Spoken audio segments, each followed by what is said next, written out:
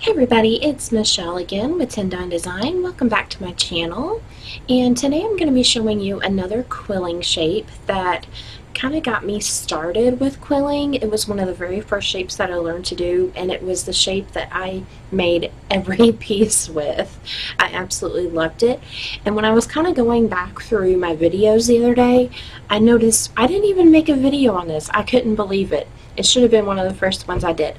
And so it's going to be one of the shapes that you make coiled loops with using these tools. And these are called quilling combs, and I'll talk a little bit more about those in the video. And as always, I will leave the product links down below for you. And let's get started.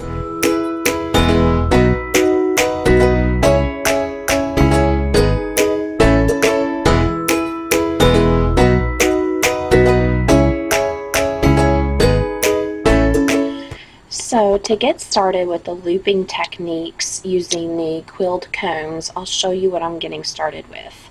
I have two different quilled combs. They're both from Quilled Creations, and this one is just like, I don't know if you remember using picks, like pick combs in the 80s or 90s as a girl. I sure do.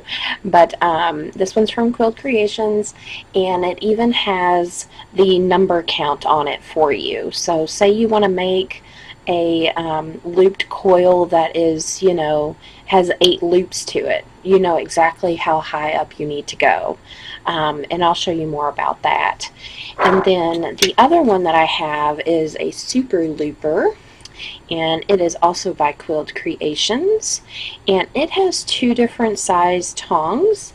One is a little bit closer, as you can probably tell, and the other one obviously a little bit further apart. And so I will link both of those in the description box below for you. And then obviously I have a quilling strip here.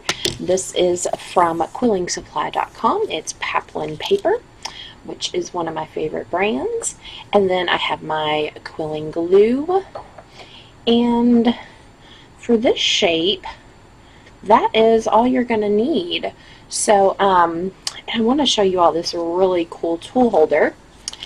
This is from the place that I work at, 651vinyl.com, and it is a tool holder that has like a silicone mold in it that's really cool. It's really pliable.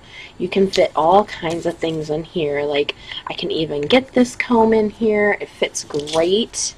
I have one side called crafting, the other side called quilling, and so it's just great. It holds all of my tools, and so I just wanted to show you all that really quick, and I'll put that in the link below for you as well.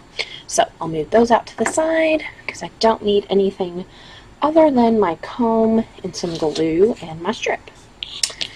So, excuse me. First thing we're going to do is we're going to tear just the end off. Okay, so I've just torn off the end. Okay, and I'm really, I like to use either end. It's really personal preference. It's kind of, what kind of look are you going for? Are you creating kind of a big design? Are you creating something small and intricate? It really depends on what you're creating. So let's just, for demonstration purposes, I'm going to use the bigger sided tong here. So what I'm going to do is I'm going to take my paper, and I'm just going to thread it in between the first two tongs. And I'm going underneath the first tong. And I'm going to hold it with my finger, whichever one you're most comfortable with. And I'm just going to take my glue, just a little tiny dot, and try and get it as close to the edge as you can. And then all I'm going to do is I'm going to flip it over onto itself. So I'm going to flip it over this first tong, and I'm just going to hold it for a second. Okay, so see, now you have the start of your loop. Okay, and so now what we're going to do is we're just going to keep going up each individual tongue. Now you can go up each individual tongue, or you can skip, a couple tongues. It's, however you want to do it. Completely up to you. So I'm going to go over, and I'm going to come under, and I'm going to go back to the beginning. Okay, and I'm going to go back over and go up to the next tongue, and I'm going to come under and back to the beginning. So I'm just creating those loops. Okay, I'm working up the comb. Okay, so I'm going to keep doing this, and every once in a while I do, when I come back down to the bottom here, I like to put just a dab of glue just to keep it in place, especially if I'm making a big one. Okay, so just wipe away some of that excess, and I'm just going to keep doing this for the entire length. When I first got started quilling, probably I guess 5 years ago now, this was my favorite shape to do. This was all I did. I made entire pieces out of this shape. I think they make really great bird feathers. They make, excuse me, really great leaves as well. So it just makes some beautiful shapes, and you can really manipulate these. Okay, put another dab of glue down there. Okay, so I'm coming to the end of my strip. I may not make it around another time. Oh, I think I will.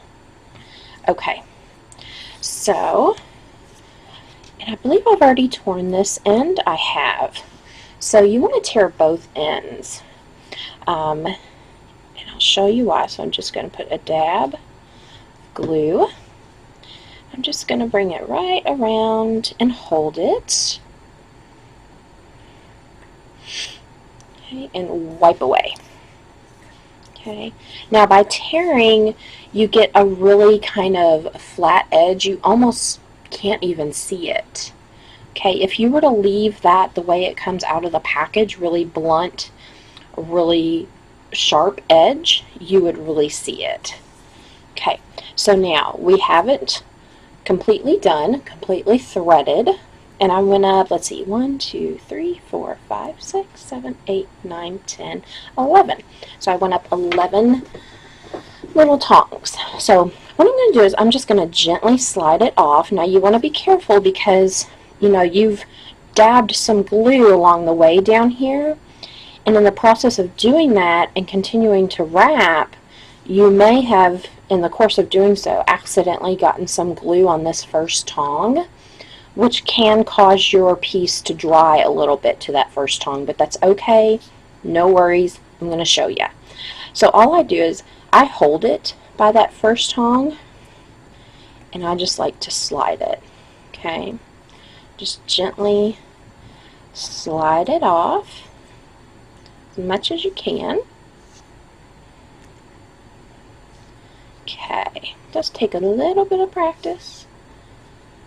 There we go. So now I have it.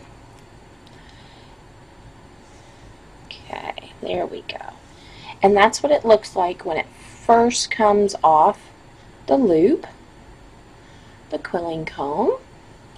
Now, so I said, earlier that you can really manipulate these. So what I like to do is, if I'm making a feather, or just making an entire piece out of this, and say I need to curve a piece, you can really get some beautiful shapes out of these. I'll put it down on here, maybe you can see it a little bit better. Let's see, there we go. So I really like, I really like shaping these. You can bend these, you can pinch this center coil as much as you want, or even leave it just like it is. You know, if you pinch it, it creates an even tighter loop. You see? And so that is using the quilling comb, and that is one of my favorite shapes to use. These really glue great together because, you know, say you make one of these, you make another one, you want to put it right next to it, you just put some glue right here along this outer edge and you glue it down and it's done. Really simple. Really simple. Alright everybody, well there you have it. That was the coiled loop shape that I love to do. It is what I first, like I mentioned earlier, first got started doing in quilling 5 years ago. And so if you have any questions, comments, suggestions, feedback, would love to hear that. You can leave that in the comments section below. I'll also leave all the products that I mentioned in today's video down below for you as well, and where to buy those. And if you like this video, give it a big thumbs up and hit that subscribe button and that bell for alerts for when videos pop up. And until next time, bye guys.